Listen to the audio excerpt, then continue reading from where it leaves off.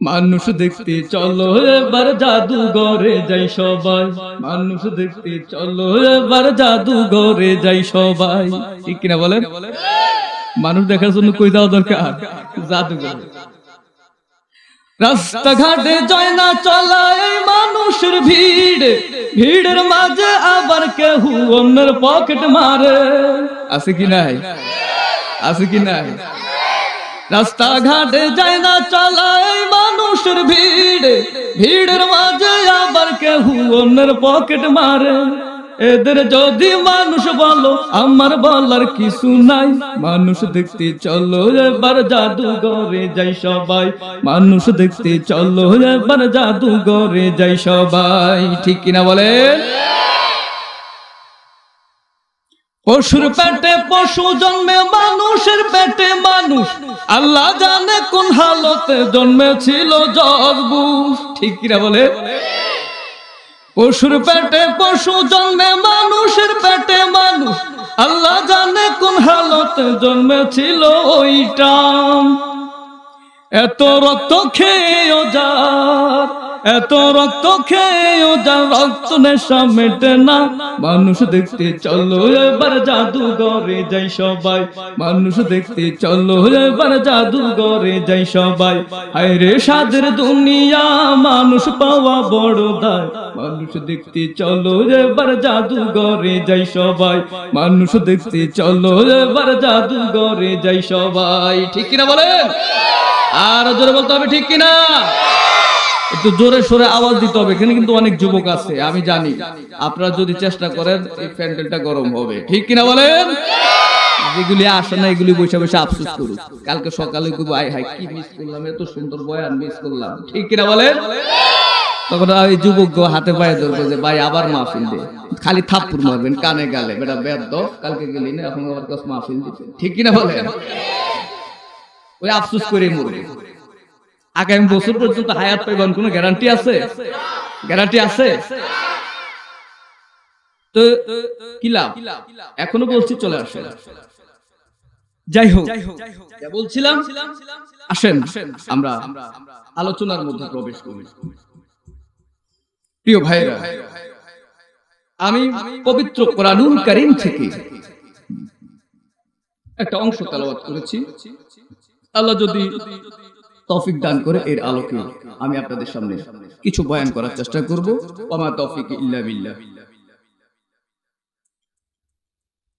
মহান আল্লাহ রাব্বুল আলামিন পবিত্র কোরআনুল কারীমের মধ্যে বলেছেন, ফামান কানা ইয়ারজু লিকা রাব্বিহি ফালইআমাল আমালান সালিহান ওয়ালা ইউশরিক বিইবাদাতি রাব্বিহি আহাদা।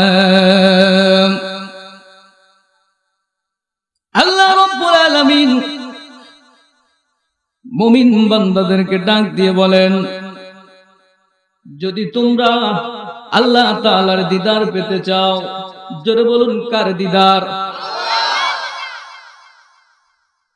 আল্লাহ তাআলার দিদার যদি তোমরা পেতে চাও, তাহলে আমি তোমাদেরকে দুইটা আমলের কথা বলে দেব।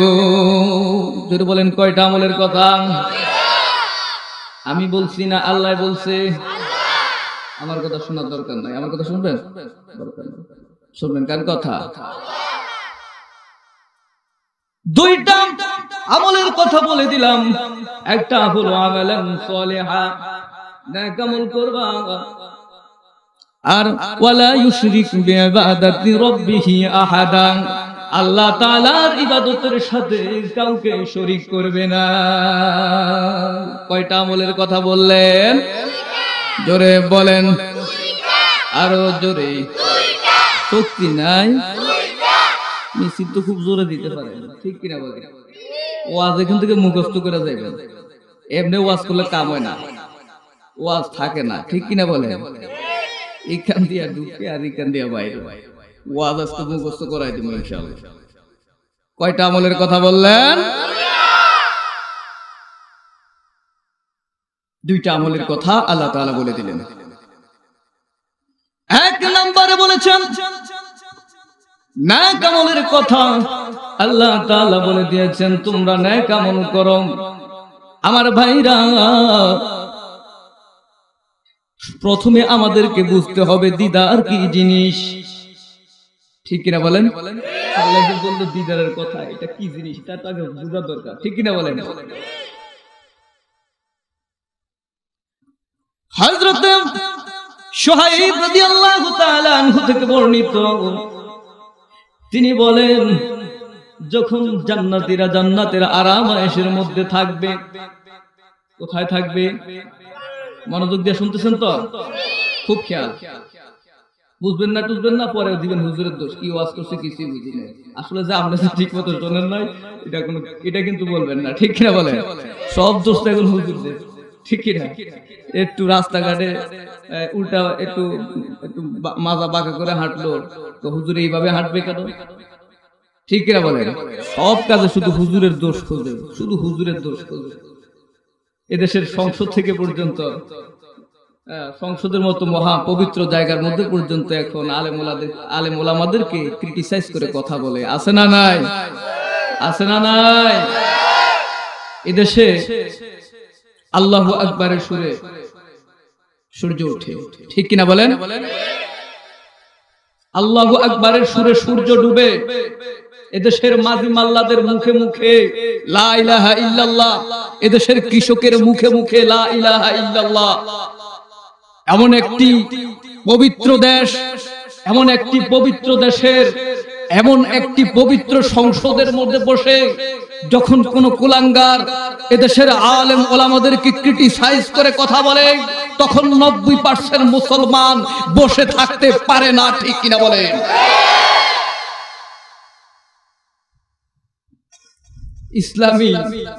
ইসলামী অনুশাসনকে তারা বলে মোল্লাতন্ত্র। বলুন নাউজুবিল্লাহ। মোল্লারা না থাকলে কোনো কিছু হইতো? তোমার বিয়েও তো হইতো না, তোমার বাপে যে বিয়ে করছে ওইটা তো হইতো না, ঠিক কিনা বলে? তুমি যার সন্তান হইতা, ঠিক কিনা বলে? মোল্লা বলে গালি দাও, মোল্লাদেরকে দেখতে পারো না, কিন্তু মোল্লা ছাড়া তো আবার চলতেও পারো না, ঠিক কিনা বলেন? মোল্লা ছাড়া চলবে? ওই রাশেদ খান মেনন এ যদি মারা যায়, এর কি জানাজার নামাজের দরকার হবে? হিসেবে তো না পড়ানি দরকার, কিন্তু না পড়াইলে তো আবার তখন আবার হুজুর গো আরো দোষ,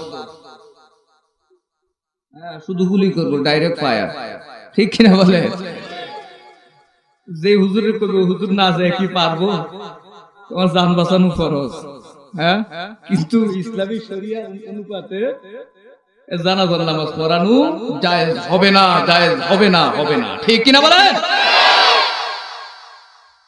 এই কথাগুলো বললে আমাদের কথার মধ্যে মৌলবাদের গন্ধ খোঁজে, ঠিক কিনা বলে? আমাদেরকে বলে আমরা নাকি মৌলবাদ, আমরা জঙ্গিবাদ, আমরা উগ্রবাদ, ঠিক কিনা বলেন? এগুলো বললেই এগুলো বলা শুরু করে, আমাদেরকে ধর্মান্ধ বলে। আমি বিপ্লবী বিদ্রোহী মৌলবাদী, কেন জঙ্গিবাদী? বিপ্লবী বিদ্রোহী মৌলবাদী, কেন জঙ্গিবাদী? জন্মের পরে কানে আজান কি যায়নি, তুমি মৌলবাদী ছাড়া হওনি, ঠিক না? আরো জোরে আওয়াজ দিতে হবে, আরো জোরে। জন্মের পরে কানে আজান কি যায়নি, তুমি মৌলবাদী ছাড়া হওনি। আবার মরণের পরে জানাজা পড়াবে, মরণের পরে জানাজা পড়াবে, তখন কোথায় পালিয়ে যাবি? বিপ্লবী বিদ্রোহী মৌলবাদী, কেন জঙ্গিবাদী? বিপ্লবী বিদ্রোহী মৌলবাদী, কেন জঙ্গিবাদী? সবাই বিপ্লবী বিদ্রোহী মৌলবাদী, কেন জঙ্গিবাদী? কি মনে করে ওই হনুমান, দাড়ি টুপি দেখলেই তালেবান, ঠিক না? কি মনে করে ওই হনুমান, দাড়ি টুপি দেখলেই তালেবান?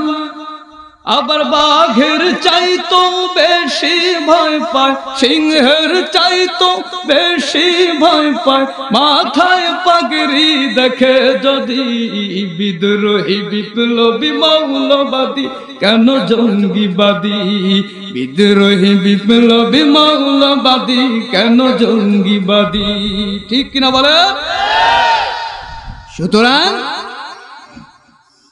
এইভাবে করে আলেম ওলামাদেরকে ক্রিটিসাইজ করলে হবে না, ঠিক কিনা বলেন? এদেশের সমস্ত আলেমরা ঐক্যমত পোষণ করবে, ঠিক কিনা বলেন? সেই সময় এসে গেছে। আমি এদেশের সমস্ত আলেম ওলামাদেরকে আজকের এই জায়গা থেকে ঐক্যবদ্ধ হওয়ার জন্য আমি বিনীতভাবে অনুরোধ করব। আমাদের ইমাম, 4 ইমাম ছিলেন। এই 4 ইমামের মধ্যে বিভিন্ন বিষয় নিয়ে তাদের মধ্যে মত পার্থক্য ছিল। ছিল কি ছিল না? ছিল কি ছিল না? এক ইমাম অপর ইমামকে কাফের ফুজ্জার ফতোয়া দেয় নাই, দিয়েছে? আজকে দেখা যাচ্ছে আলেম ওলামারা এক একজন এক এক আলেম ওলামার বিরুদ্ধে বিভিন্ন ভাবে মঞ্চে বিভিন্ন ওয়াজ মাহফিলে বসে বসে এক আলেম অপর আলেমের সমালোচনা করছে। এভাবে করে আলেমদের মধ্যে দূরত্ব তৈরি হয়ে যাচ্ছে, ঠিক কিনা বলে? কোন আলেমের মধ্যে যদি কোনো সমস্যা থাকে তাহলে অপর আলেমের উচিত তার সাথে ব্যক্তিগতভাবে বৈঠক করা, গরুয়া বৈঠক করে সেখানে সেটার সমাধান করা। পাবলিক প্লেসে এই সমস্ত অপর আলেমের সমালোচনা করে নিজের সমালোচনার মধ্যে পড়ার কোনো মানে হয় না, ঠিক কিনা বলে?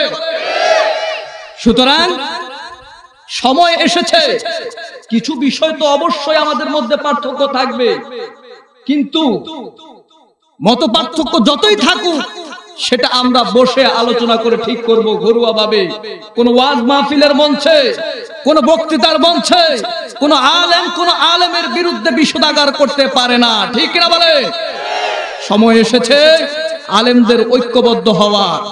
আলেমরা যদি এখন ঐক্যবদ্ধ না হয় তাহলে এই যে নাস্তিক মুরতাদেরা কিছুদিন পর পর কিছু সুর তুলতেছে কি তুলতেছে না? কিছু সুর তুলতেছে, তারা দেখতে চাচ্ছে এদেশের মুসলমানেরা কতটুকু শক্তিশালী।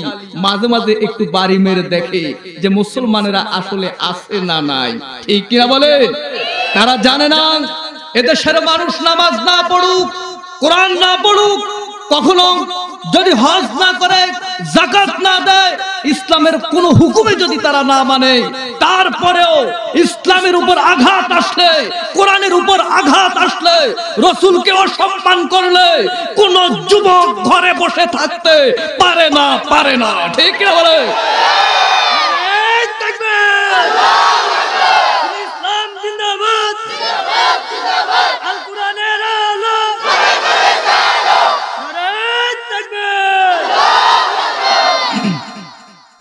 আমার ভাইরা। সুতরাং আমি এই মুহূর্ত থেকে সমস্ত আলেম ওলামাদেরকে আমি বিনীতভাবে অনুরোধ করে বলবো, আপনারা ঐক্যবদ্ধ হন। আপনারা যদি ঐক্যবদ্ধ হন তাহলে এদেশের সংসদে কোনো নাস্তিকের জায়গা হবে না, ঠিক কিনা বলে?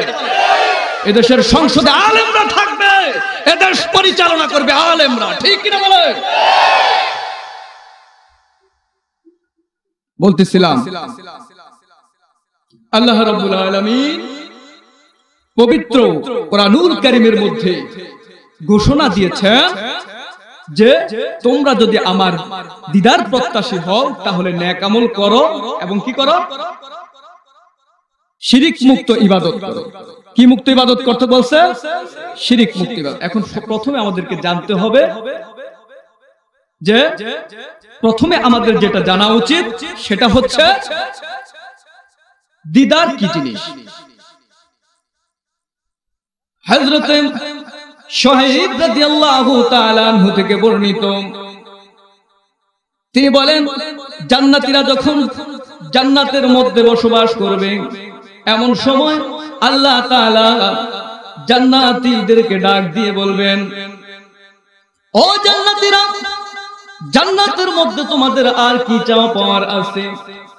জান্নাতীরা আল্লাহ রাব্বুল আলামিনকে ডাক দিয়ে বলবেন, ওগো প্রভু, জান্নাতের মধ্যে নানা ধরনের নাজ নিয়ামত তুমি দান করেছো, এত নাজ নিয়ামত তুমি দান করেছো, নাজ নিয়ামতের কোনো অভাব নাই। ওগো প্রভু, এত নাজ নিয়ামত প্রাপ্ত হওয়ার পর আমরা তোমার কাছে আর কি চাইতে পারি? আল্লাহ রাব্বুল আলামিন বলবেন, ও ফেরেশতারা, পর্দা সরাইয়া দেন। যেই সমস্ত বান্দাগুলো আমার দ্বীনকে ভালোবেসে, ইসলামকে ভালোবেসে, কোনদিন আমি আল্লাহ তাআলাকে না দেখে আমি আল্লাহ তাআলার উপর বিশ্বাস স্থাপন করে কতগুলো সেজদা দিয়েছে, লক্ষ লক্ষ কোটি কোটি সেজদা দিয়েছে, আমি আল্লাহ তাআলাকে না দেখে আমার দ্বীনের জন্য নিজের ঘাম ঝরিয়েছে, আমার দ্বীনের জন্য রক্ত ঝরিয়েছে, জীবন দিয়েছে, ওই সমস্ত মহাব্বতের বান্দাগুলোর সঙ্গে আমি আজকে সাক্ষাৎ করব। সুবহানাল্লাহ। ইমানদারদের সাথে আল্লাহ তাআলা কি করবেন? সাক্ষাৎ করবেন। আল্লাহ তাআলা বলছেন যে আমি তাদের সাথে কি করব? সাক্ষাৎ করব। আমার ভাইরা, অতঃপর পর্দা সরে যাবে, আল্লাহ তাআলার দিদার জান্নাতীদের নসিব হবে। জান্নাতীরা আল্লাহ তাআলার দিদার নসিব করে এবার আল্লাহ তাআলার কুদরতি পায়ে সিজদায় পড়ে যাবে। আর জান্নাতীরা আল্লাহ তাআলার কাছে প্রার্থনা করে বলবে, ওগো প্রভু, এই মুহূর্তে যেই নিয়ামত তুমি দান করলা, এর চাইতে উত্তম কোন নিয়ামত আর হতে পারে না। সুবহানাল্লাহ। এটাই হচ্ছে দিদার। এটা কি দিদার? আল্লাহ তাআলার দিদার। জান্নাতের মধ্যে মুমিন ব্যক্তি যতগুলো নিয়ামত পাবে তার মধ্যে সর্বোত্তম নিয়ামতের নাম হচ্ছে আল্লাহ তাআলার দিদার। জোরে বলুন, কার দিদার? এই দিদার যদি পেতে চান তাহলে আপনাকে সর্বপ্রথম ইমানদার হতে হবে। ঠিক কিনা বলেন? আগে কি হতে হবে? ইমানদার যদি হতে পারেন, আল্লাহ তাআলা শুধু পরকালে আপনাদেরকে পুরস্কৃত করবেন তা নয়, দুনিয়াতেও আল্লাহ তাআলা পুরস্কার দিবেন, সেই ঘোষণা আল্লাহ তাআলা কোরআনের মধ্যে দিয়েছেন। সুবহানাল্লাহ। আল্লাহ তাআলা পবিত্র কোরআনুল কারীমের মধ্যে বলেছেন, ওয়া'দাল্লাহুল্লাযীনা আমানু মিনকুম ওয়া আমিলুস সালিহাত। আল্লাহ তাআলা পবিত্র কোরআনুল কারীমের মধ্যে ঘোষণা দিয়েছেন, যদি তোমরা ঈমান আনো এবং আমল করো তবে আমি আল্লাহ তাআলা তোমাদেরকে দুনিয়ার ক্ষমতা দান করব। সুবহানাল্লাহ। সর্বপ্রথম আল্লাহ তাআলা ঈমানদারদেরকে দুনিয়ার ক্ষমতা দেওয়ার প্রতিশ্রুতি দিয়েছেন। আমার ভাইরা, আল্লাহ তাআলা ঈমান এবং আমলের উপর অটল থাকার কারণে আল্লাহ তাআলা আগে সাহাবায়ে কেরামদেরকে আল্লাহ তাআলা তাদেরকে ক্ষমতা দিয়েছিলেন। ঠিক কিনা বলেন? ক্ষমতা পেয়েছেন না? হযরত ওমর রাদিয়াল্লাহু তাআলা অর্ধ পৃথিবীর শাসক ছিলেন। ছিলেন কি ছিলেন না? তো সেখান থেকে আমরা ফিরে আসলাম কেন? এখন কেন আমাদের হাতে ক্ষমতা নাই? কারণ আমরা প্রকৃত ঈমানদারের মধ্যে নাই। ঠিক কিনা বলেন?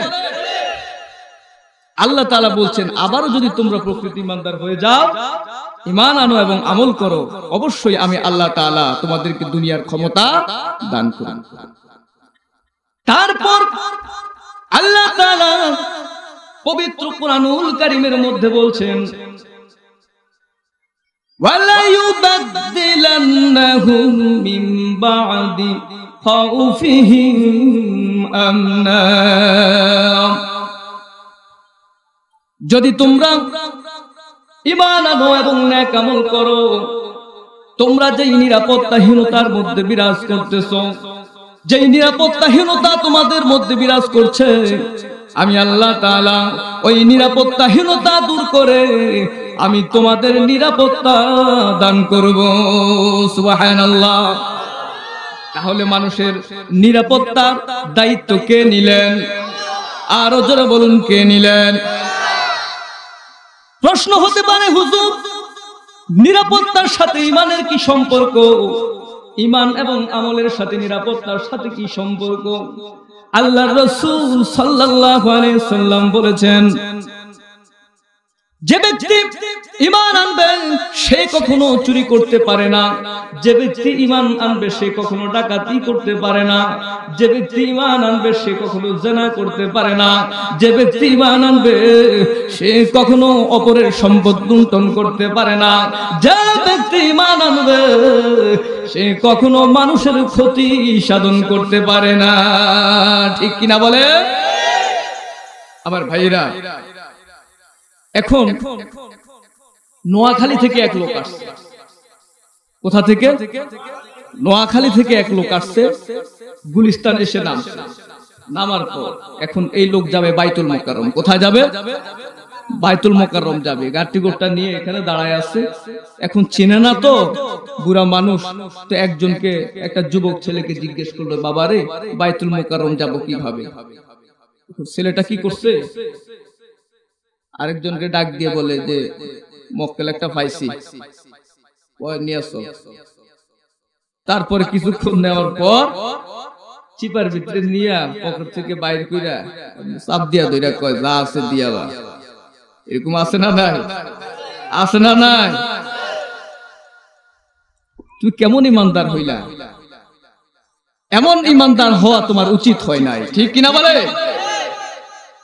অথচ তুমি যেই নবীর উম্মত বলে দাবি করো, সেই নবী মুহাম্মদুর রাসূলুল্লাহ সাল্লাল্লাহু আলাইহি সাল্লাম তোমার জন্য কি আদর্শ রেখে গেছে? যখন মক্কা বিজয় হয়ে গেল, সময় এত কম দিলেন কেন আপনারা? এত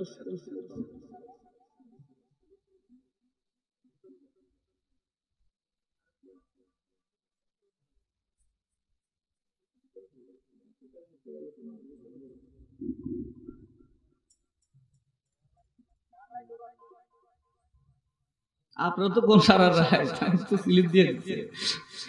যাক, তো রাসূল আকরাম সাল্লাল্লাহু আলাইহি সাল্লাম মক্কা বিজয়ের পর যখন তিনি আসলেন, মক্কা বিজয় যখন হয়ে গেল, সমস্ত কাফের মুশরিকগুলো ভাগা শুরু করলো, পালানো শুরু করলো।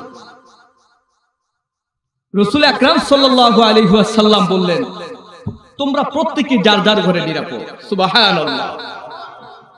এত নির্যাতন রাসূলের উপরে করা হলো, রাসূলকে এত ভাবে মারধর করা হলো, এমনকি তার জন্মভূমি ছেড়ে তাকে যেতে বাধ্য করলো। তারপরও রাসূল সাল্লাল্লাহু আলাইহি সাল্লাম বললেন, তোমরা কেউ পালাতে হবে না, আমি মুহাম্মদ সাল্লাল্লাহু আলাইহি সাল্লাম কারো উপর প্রতিশোধ গ্রহণ করব না, তোমরা প্রত্যেকে যার যার ঘরের মধ্যে নিরাপদ। সুবহানাল্লাহ।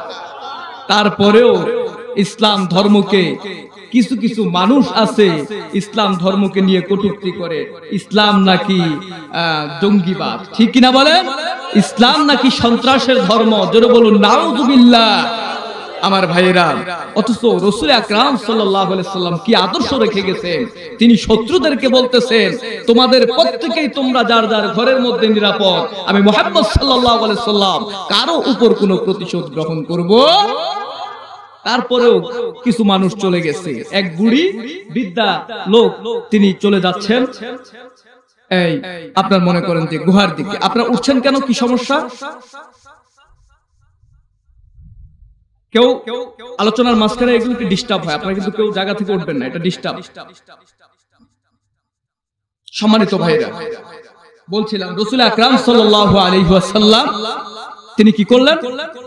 তাদেরকে বললেন যে তোমরা নিরাপদ। তারপরে এক বুড়ি চলে যাচ্ছে, গাটি গোটা সাথেই আছে, কাফিরের সাথে নিয়ে বুড়ি চলে যাচ্ছে, পালিয়ে যাবে।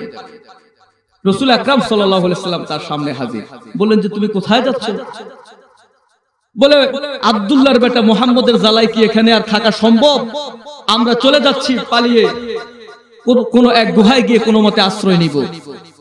তো মুহাম্মদ সাল্লাল্লাহু আলাইহি সাল্লাম তার কাছে পরিচয় দেয় নাই।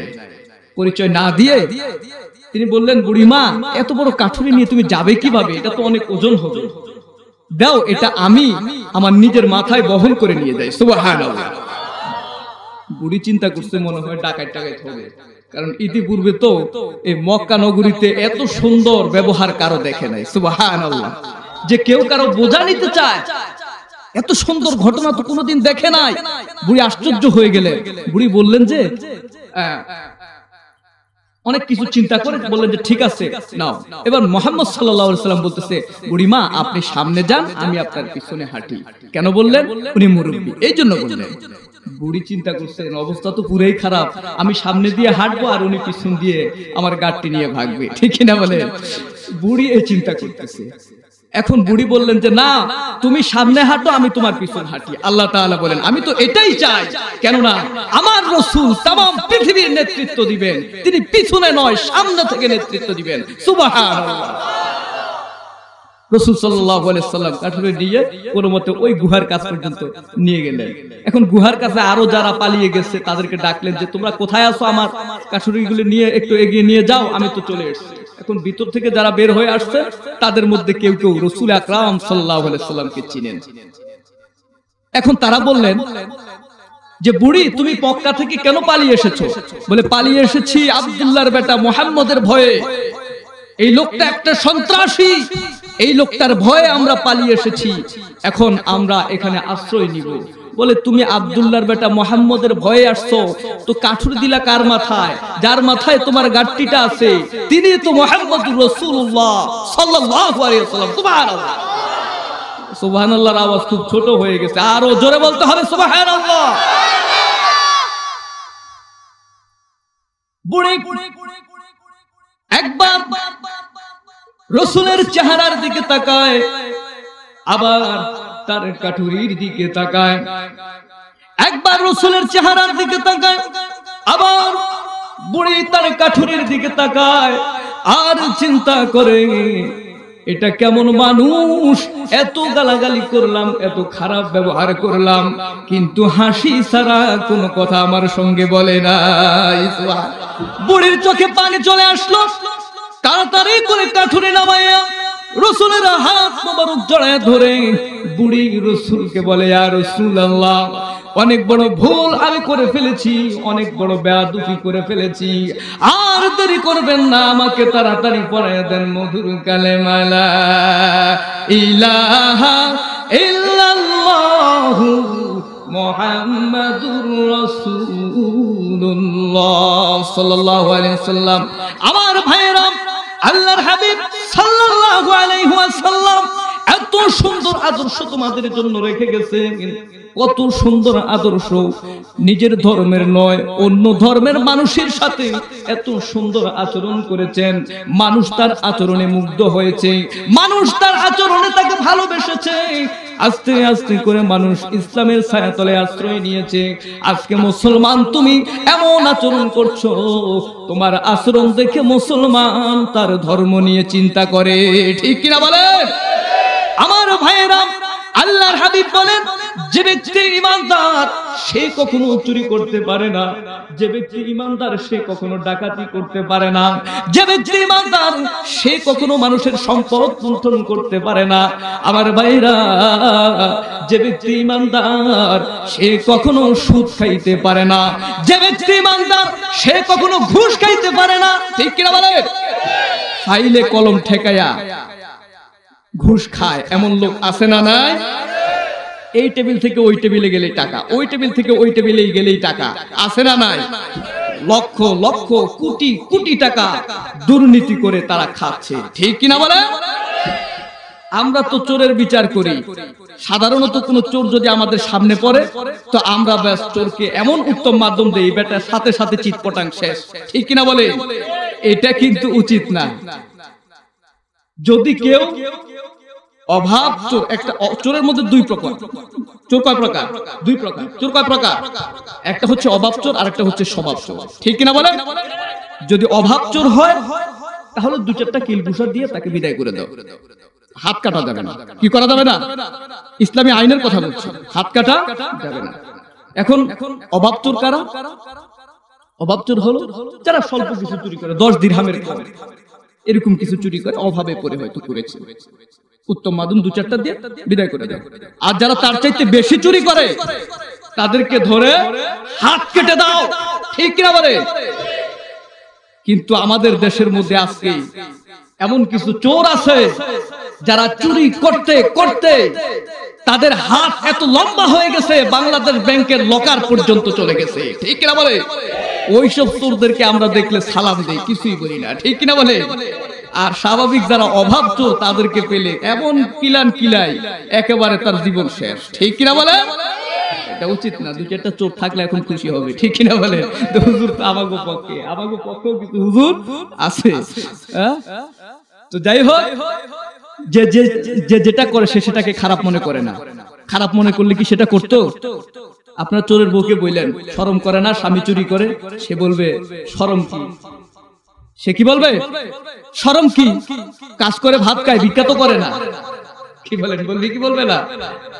এই অবস্থা আর কি। তো যাই হোক, আজকে অফিসে এক টেবিল থেকে আরেক টেবিলে যদি ফাইলটা পাঠাতে হয় তাহলে ঘুষ লাগবে, টাকা লাগবে। টাকা ছাড়া এক টেবিল থেকে আরেক টেবিলে আপনার ফাইলটা ট্রান্সফার হবে না। আছে না নাই? এত আসতে বলেন কেন? আছে না নাই?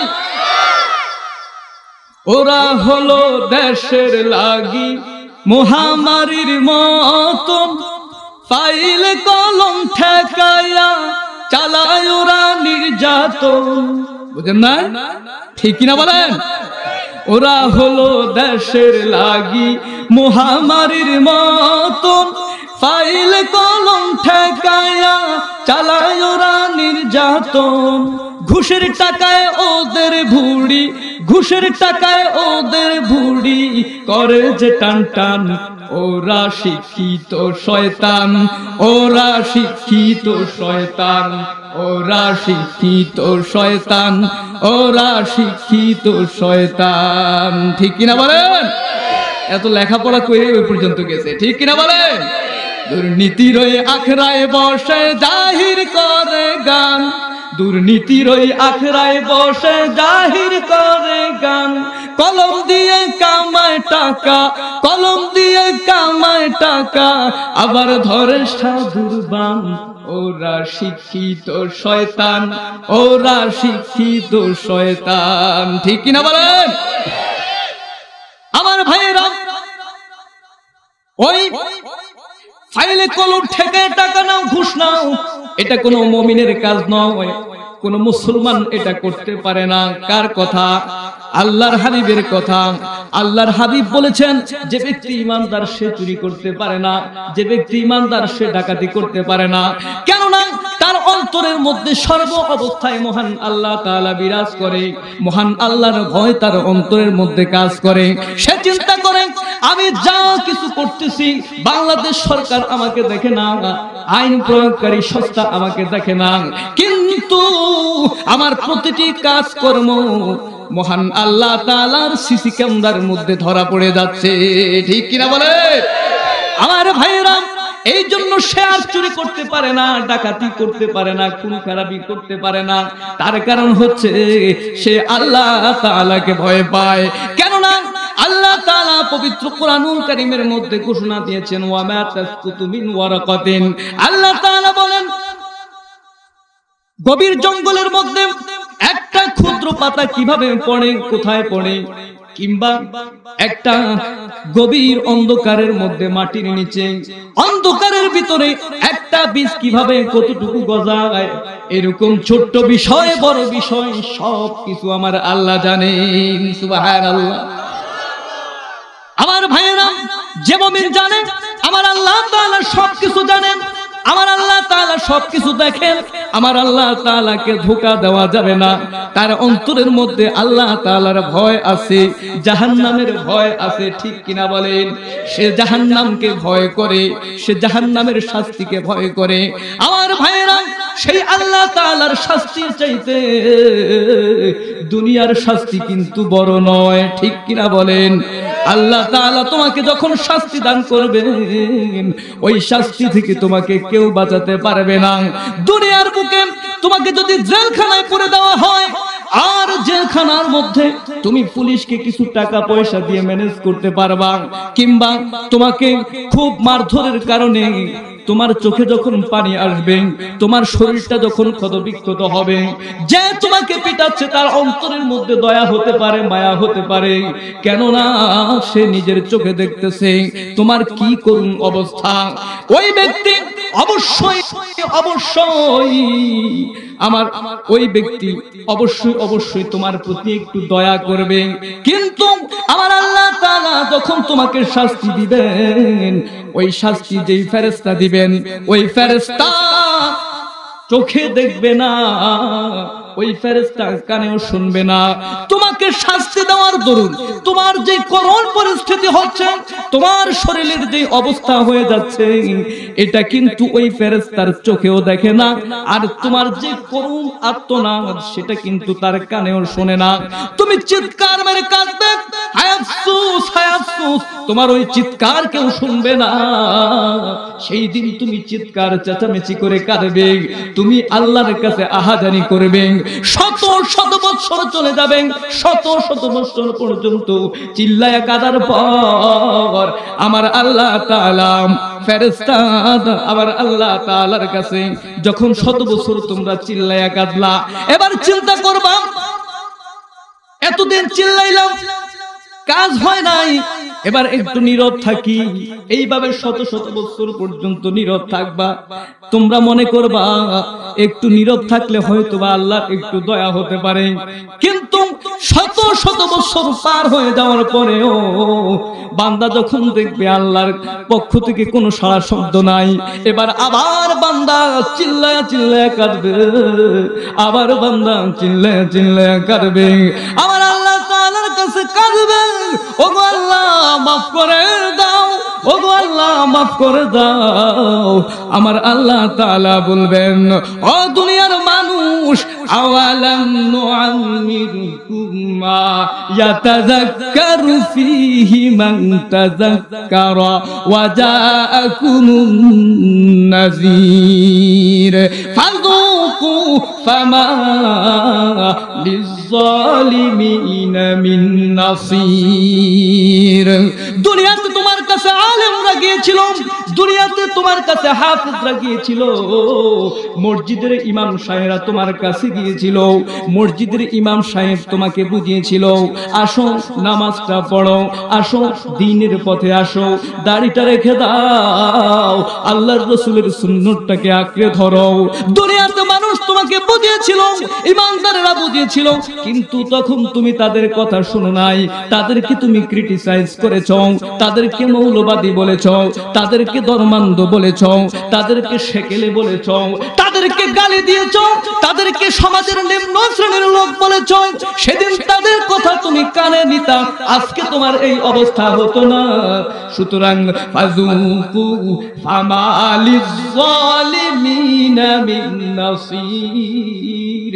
যারা নিজেদের উপর জুলুম করেছ, যারা নিজেদের উপর অত্যাচার করেছ, যারা নিজেদের উপর ব্যভিচার করেছ, আজকের দিনে তোমাদের কোনো সাহায্যকারী নাই, আজকের দিনে তোমাদের কোনো ক্ষমা হবে না।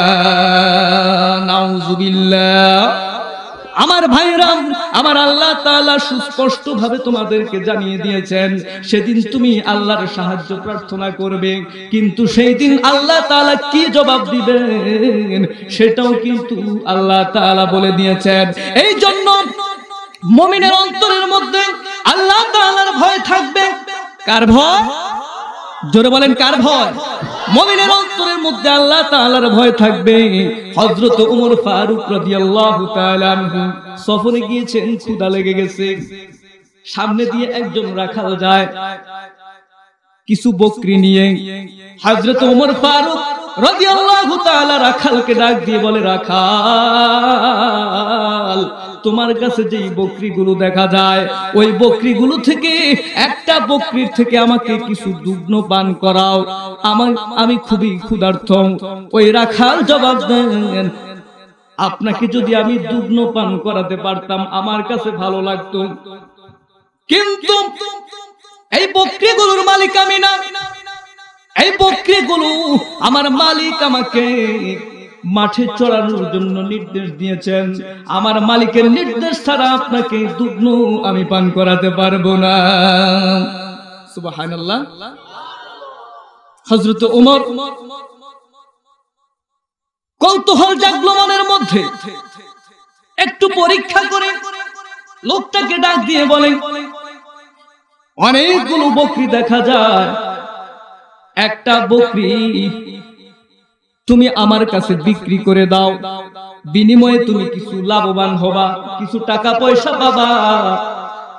তোমার মালিক এতগুলো বকরি থেকে একটা বকরি হারিয়ে গেলে জানবেও না, বুঝবেও না, তোমার মালিককে তুমি জবাব দিয়ে দিতে পারবা, কিন্তু তুমি আর্থিকভাবে লাভবান হতে পারবা। আর যদি তোমার মালিক জেনেও যায়, বলে দিবে একটা বকরিকে ভাগে খেয়ে ফেলেছে, তাহলেই হয়ে যাবে, কোনো সমস্যা নাই। এখানে এমন ঘটনা প্রতিদিনই ঘটে থাকে। লোকটি জবাব দিল, আমি যদি আপনার কাছে একটা বকরি বিক্রি করে দেই, আর্থিকভাবে আমি লাভবান হব, আমার মালিককে আমি বুঝ দিয়ে দিব, কিন্তু আপনি আমার একটা প্রশ্নের জবাব দেন, হাযা ফাআইনাল্লাহ, তাহলে আমার আল্লাহ কোথায়? সুবহানাল্লাহ, আরো জোরে বলুন সুবহানাল্লাহ।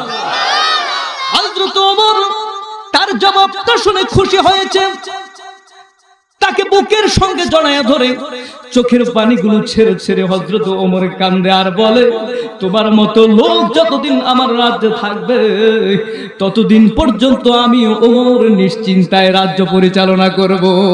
সুবহানাল্লাহ।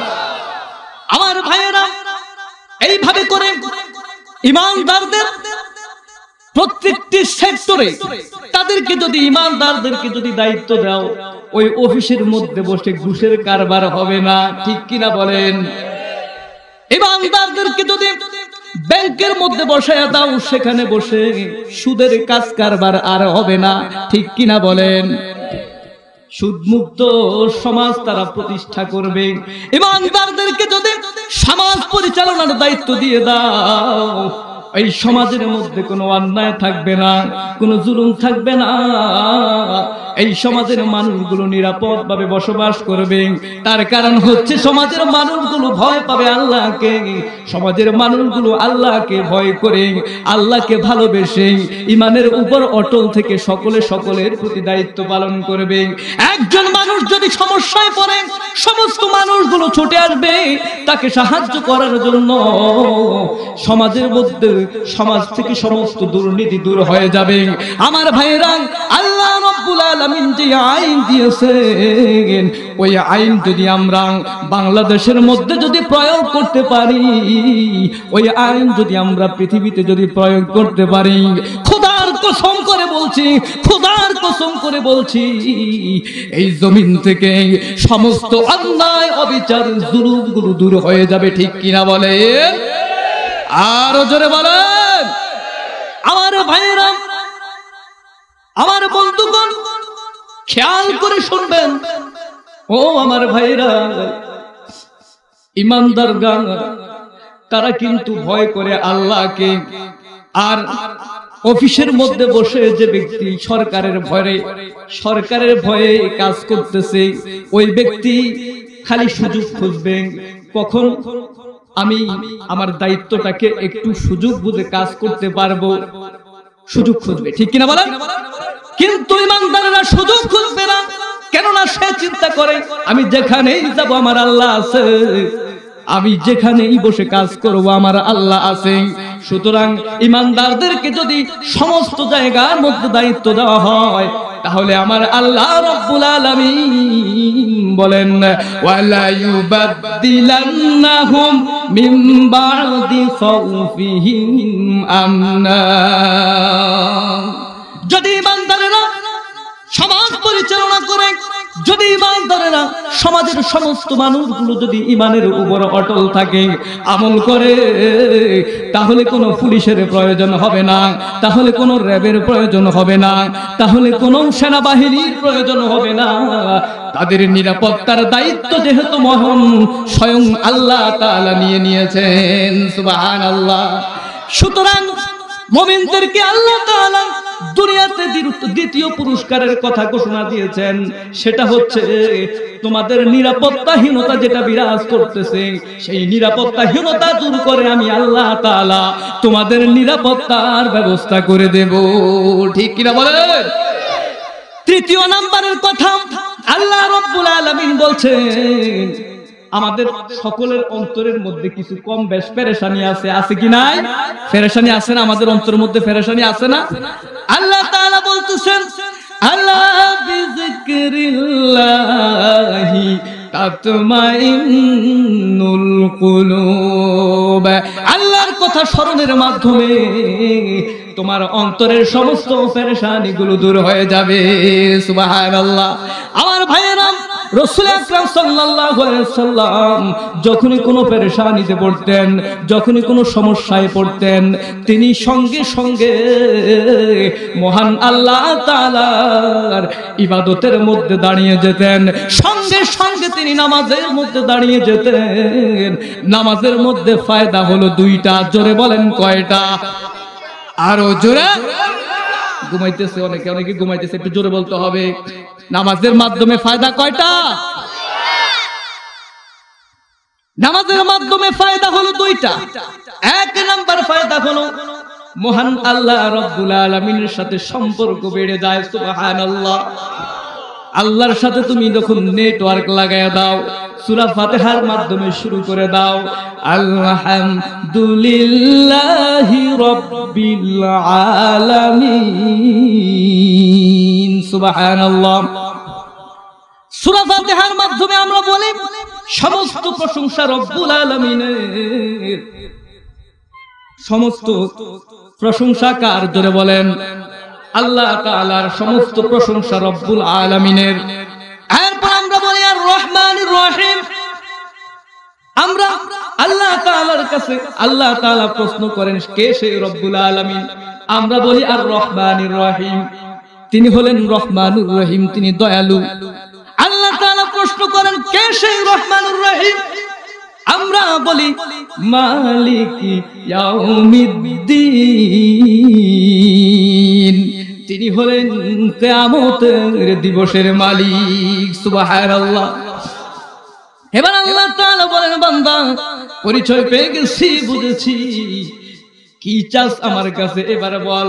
আমরা বলি ইয়্যাকা না'বুদু ওয়া ইয়্যাকা নাস্তাঈন।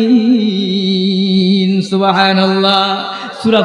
সূরা ফাতিহার যেই একটা বাংলা অনুবাদ স্পষ্টভাবে আমি আপনাদেরকে সুন্দর করে বলে দেই, প্রশংসা সবই কেবল তোমারি, প্রশংসা সবই কেবল তোমারি, রব্বুল আলামিন, দয়ালু মেহেরবান, করুণা পুরাণ, দয়ালু মেহেরবান, করুণা পুরাণ, আর কেহ নয় মালিক তিনি, হে অসীম সীমাহীন, হে অসীম সীমাহীন।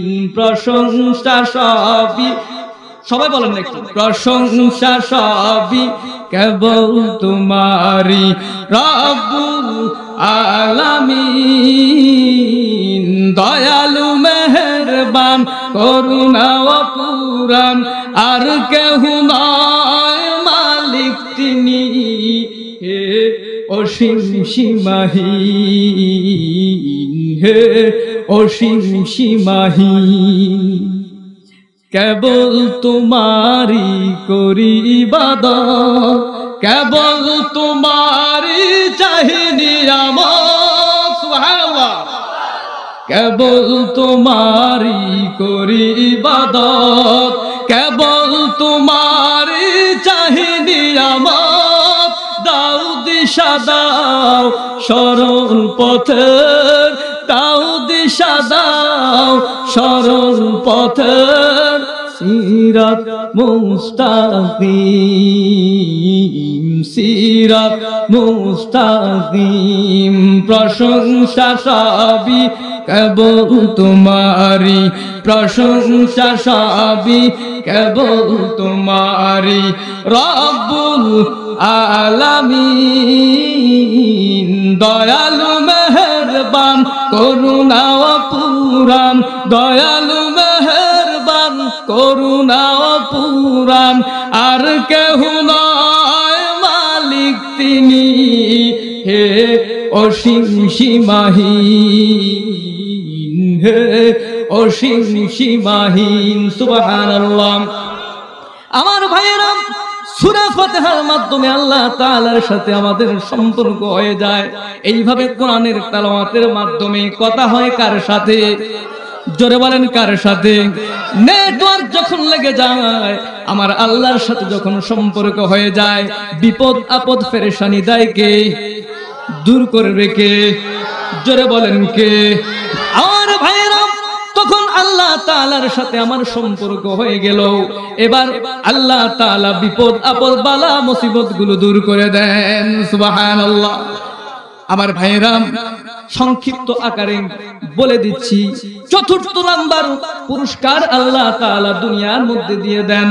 আল্লাহ তাআলা বলেন, তোমরা যখন ঈমান আনবে এবং আমল করবে, তখন আমি আল্লাহ তাআলা তোমাদের সম্পদের মধ্যে বরকত দান করে দিব। সুবহানাল্লাহ। আমার ভাইয়েরা এই বিষয়ে আরো বিস্তারিত আলোচনা আছে, তবে আমি একটু পরে করব। তার আগে আমি আপনাদের কাছ থেকে কিছু কথা বলতে চাই। এখানে এই যে মাহফিলটা হচ্ছে, এই মাহফিলটা হচ্ছে গোরস্থানের উন্নয়ন কল্পে। আপনারা জানেন কিসের উন্নয়ন কল্পে? গোরস্থানের উন্নয়ন কল্পে। আচ্ছা, গোরস্থানে আপনাদের যাওয়া লাগবে কি লাগবে না? কে কে আছেন গোরস্থানে যাওয়া লাগবে না? হাত তোলেন। কয়েকজন আছেন গোরস্থানে যাওয়া লাগবে না আপনাদের? যাবেন না? হবে, এরকম হবে, ঠিক কিনা বলে? হবে তো। গোরস্থানে যাওয়া লাগবে কি লাগবে না? সবাই যাবেন তো? কেউ দুদিন আগে, কেউ দুদিন পরে, কেউ দুদিন আগে, কেউ দুদিন পরে, কিন্তু যেতেই হবে। এই দুনিয়া কি থাকার জায়গা? দুনিয়া থাকার জায়গা? এমন কে বলতে পারবেন আপনি আগামীকাল ফজর পর্যন্ত বেঁচে থাকবেন? গ্যারান্টি দেন আমাকে। পারবেন না?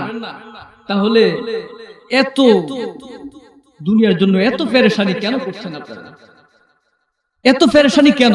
আপনি তো আগামীকাল সকাল পর্যন্ত বাঁচবেন কিনা এই গ্যারান্টি দিতে পারছেন না, ঠিক কিনা বলে? আমি বলি, মৃত্যু মানুষের কত দূরে, একটা নিঃশ্বাস থেকে আরেকটা নিঃশ্বাসের দূরত্ব যতটুকু, মৃত্যু তার চাইতে অনেক নিকটে, ঠিক কিনা বলেন?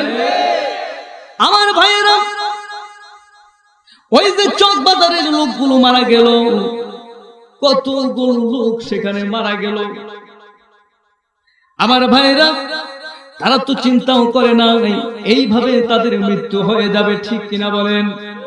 রাস্তা দিয়ে হেঁটে যায় সাধারণ মানুষ, রিক্সা চালক রিক্সা চালায়, কিছু মানুষ শপিং করে রাস্তা দিয়ে যাচ্ছে, কিছু মানুষ, এমনও অনেক মানুষ ছিল ফোন করে বলেছে আমি আসতেছি, ঠিক কিনা বলেন?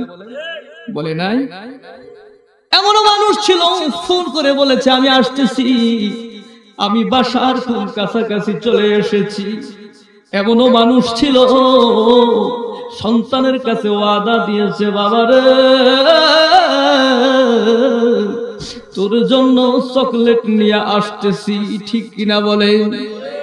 আমার ভাইরা, আমার একটি সন্তান আছে, যখনই বাসা থেকে বের হতে যায় আমার বাচ্চাটা পিছন থেকে ডাক দেয়, আমার সঙ্গে আসার জন্য বায়না ধরে, কিন্তু ব্যস্ততার কারণে বাচ্চাকে তো সঙ্গে নিয়ে আসা যায় না। যখন বাচ্চা বুঝেই ফেলে বাচ্চাকে আর আনবো না, পিছন থেকে ডাক দিয়ে বলে বাবা আবার আসবা। কি বলে? আবার। এখন যদি বলি আসতে তো পারবো না, বাচ্চা কান্নাকাটি বাড়ায় দিবে, তখন বাচ্চাকে বুঝ দেওয়ার জন্য বলি মা ইনশাআল্লাহ আবার আসবো, কিন্তু আমি তো জানি আমার আল্লাহ তাআলা যদি আমাকে হায়াত না দেন, যদি আমার আল্লাহ তাআলা আমাকে জীবিত আবার আমার বাচ্চার কাছে ফিরিয়ে না আনেন, আমার আল্লাহ তাআলা যদি আমাকে জীবিত অবস্থায় আমার বাচ্চার কাছে ফিরিয়ে না দেন, দুনিয়ার কোন শক্তি আমাকে আমার বাচ্চার কাছে জীবিত আমাকে আর ফিরাইতে পারবে না। ঠিক কিনা বলে?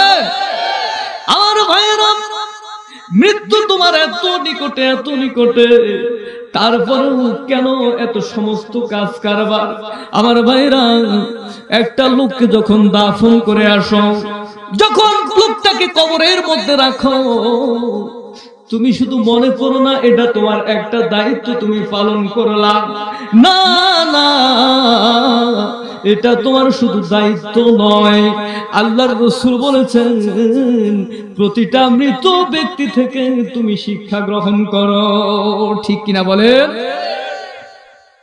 তুমি তাকে দাফন করতেছো, তুমি তাকে মাটিতে রাখলা। আজকে বাংলাদেশের সাবেক রাষ্ট্রপতির জায়গা কোথায় হয়েছে? সাবেক রাষ্ট্রপতি জিল্লুর রহমান কোথায় আছে? কোথায় আছে? একজন রাষ্ট্রপতি, তাকে কবরস্থ করা হয়েছে, কিন্তু তাকে কাফনের কাপড় কয়টা দেওয়া হয়েছে? কয়টা? হ্যাঁ, তিনটা। কয়টা কাপড় কয়টা দেওয়া হয়েছে? তিনটা। একজন রাষ্ট্রপতি এত বড় ক্ষমতাধর, টাকা পয়সার কোনো কমতি নাই, কেন আপনারা 5টা দিলেন না?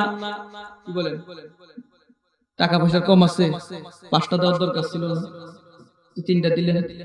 একজন মুসি, এদেশের একজন মুসি যদি মারা যায়, একজন ধোপা যদি মারা যায়, তাকে আপনারা কয়টা কাপড় দিবেন? রাষ্ট্রপতি মারা গেল 3টা দিলেন, মুসি মারা গেল 3টা দিলেন। আমার আল্লাহ তাআলা বলেন, ও দুনিয়ার মানুষ, আমি আল্লাহ তাআলার কাছে কোনো পার্থক্য নাই। সুবহানাল্লাহ। আমি আল্লাহ তাআলার কাছে কে অনেক বড় পীর, কে অনেক বড় বুজুর্গ, কে অনেক বড় আল্লাহওয়ালা, কে অনেক বড় রাষ্ট্রপতি, কে অনেক বড় ক্ষমতাশীল, কে অনেক বড় কিছু, সেটা আমি আল্লাহ তাআলার কাছে দায়িত্ব বিষয় নয়। আমি আল্লাহ তাআলার কাছে যেটা দায়িত্ব বিষয়, তার নাম হচ্ছে আমল। আমল ছাড়া আমার আল্লাহ রব্বুল আলামিন বলেন, আমল ছাড়া যদি কবরে যাও তবে কোনো উপায় থাকবে না। ঠিক কিনা বলে? আমল ছাড়া যদি কবরে যাও কোনো উপায় হবে না। হযরত ফাতেমা রাদিয়াল্লাহু তাআলা আনহা, তাকে যখন কবরস্থ করা হয়েছে, কবরের মধ্যে যখন তাকে রাখা হলো, কবরের ভিতরে যখন তাকে রাখা হয়, হযরত আবু যর গিফারী রাদিয়াল্লাহু তাআলা আনহু ডাক দিয়ে বলেন, কবরের মাটি, তোর মাঝে আজকে কাকে রাখছি তুই কি তা জানোস নাকি? কবরের মাটি থেকে কোনো আওয়াজ আসে না। হযরত আবু যর বলে, তোর মাঝে আজকে যাকে রাখতে যাচ্ছি তিনি হচ্ছেন হযরত আলী রাদিয়াল্লাহু তাআলার স্ত্রী। খবরদার, কবরের মাটি কোনো বেয়াদবি করিস না। কোন আওয়াজ না পেয়ে হযরত আবু যর গিফারী রাদিয়াল্লাহু তাআলা আনহু আবারও কবরের মাটিকে ডাক দিয়ে বলে, কবরের মাটি, তোর মাঝে আজকে কাকে রাখতেছি কি তুই কি তা জানোস নাকি? তোর মাঝে আজকে যাকে রাখতে যাচ্ছি তিনি হলেন হাসান হুসাইনের মা। খবরদার, কবরের মাটি কোনো বেয়াদবি করিস না। কোনো জবাব আসে না। আবার কবর থেকে তাকে ডাক দেওয়া হয়। হযরত আবু যর গিফারী রাদিয়াল্লাহু তাআলা আনহু ডাক দিয়ে বলেন, কবরের মাটি, তোর মাঝে আজকে কাকে রাখতে যাচ্ছি তুই কি তা জানোস নাকি? কবর থেকে কোনো জবাব আসে না। হযরত আবু যর গিফারী রাদিয়াল্লাহু তাআলা আনহু ডাক দিয়ে বলেন, তোর মাঝে আজকে যাকে রাখতে যাচ্ছি তিনি হচ্ছেন বিশ্ব নবী হযরত মুহাম্মদুর রাসূলুল্লাহ সাল্লাল্লাহু আলাইহি ওয়াসাল্লাম, আল্লাহ পাকের বন্ধু, যাকে সৃষ্টি না করলে কুল কায়নাতের কোনো কিছুই সৃষ্টি করা হতো না, যার উসিলায় আল্লাহ তাআলা কুল কায়নাত সৃষ্টি করেছেন, তার কলিজার টুকরা হযরতে ফাতেমাতুজ জোহরা রাদিয়াল্লাহু তাআলা আনহাকে কবরে রাখলাম। কবরের মাটি, কবরদার তার সঙ্গে বেয়াদবি করবি না। কিতাব সাক্ষী দেয় আমার ভাইরা, কবর থেকে একটা আওয়াজ আসে, একটা আওয়াজ আসে, ও আবু যর, কে মুহাম্মদ সাল্লাল্লাহু আলাইহি সাল্লামের মেয়ে, কে হাসান হুসাইনের মা, কে হযরত আলীর স্ত্রী? আমি চিনি না, আমি চিনি শুধু আমল। আমল নিয়ে যদি আমার কাছে আসতে পারে তাহলে সে কবরের মধ্যে সুখে শান্তিতে থাকবে, আর যদি আমল ছাড়া আমার কাছে আসে তাহলে তার কোনো উপায় থাকবে না। আমার ভাইয়েরা, ওই কবরে আমাদেরকে যেতে হবে, ওই কবরের সামান আমাদেরকে জোগাড় করতে হবে, ওই কবরকে আমাদের সাজাতে হবে, ঠিক কিনা বলেন? শুধু লাশটাকে দাফন করে চলে আসলে চলবে না। আজকে তাকে দাফন করে আসলাম, মনে মনে চিন্তা করতে হবে, না জানো পরবর্তী সিরিয়ালটা আমার, না যেন আমি আমার সন্তানের কাছে আর ফিরতে না পারি, আমার সন্তানটা এতিম হয়ে যাবে, আমার বিবিটা বিধবা হয়ে যাবে, আমার সমস্ত দুনিয়ার মানুষগুলো আমার থেকে বড় হয়ে যাবে। সময়টা বুঝি কখন চলে আসলো আমি তখন টেরও পাবো না। আল্লাহ তাআলা যেহেতু তোমাকে আগে থেকে মেসেজ করবে না, সুতরাং সময় যেহেতু আছে, সময় থাকতে কবরের সম্বল আমাদের জোগাড় করতে হবে, ঠিক কিনা বলেন?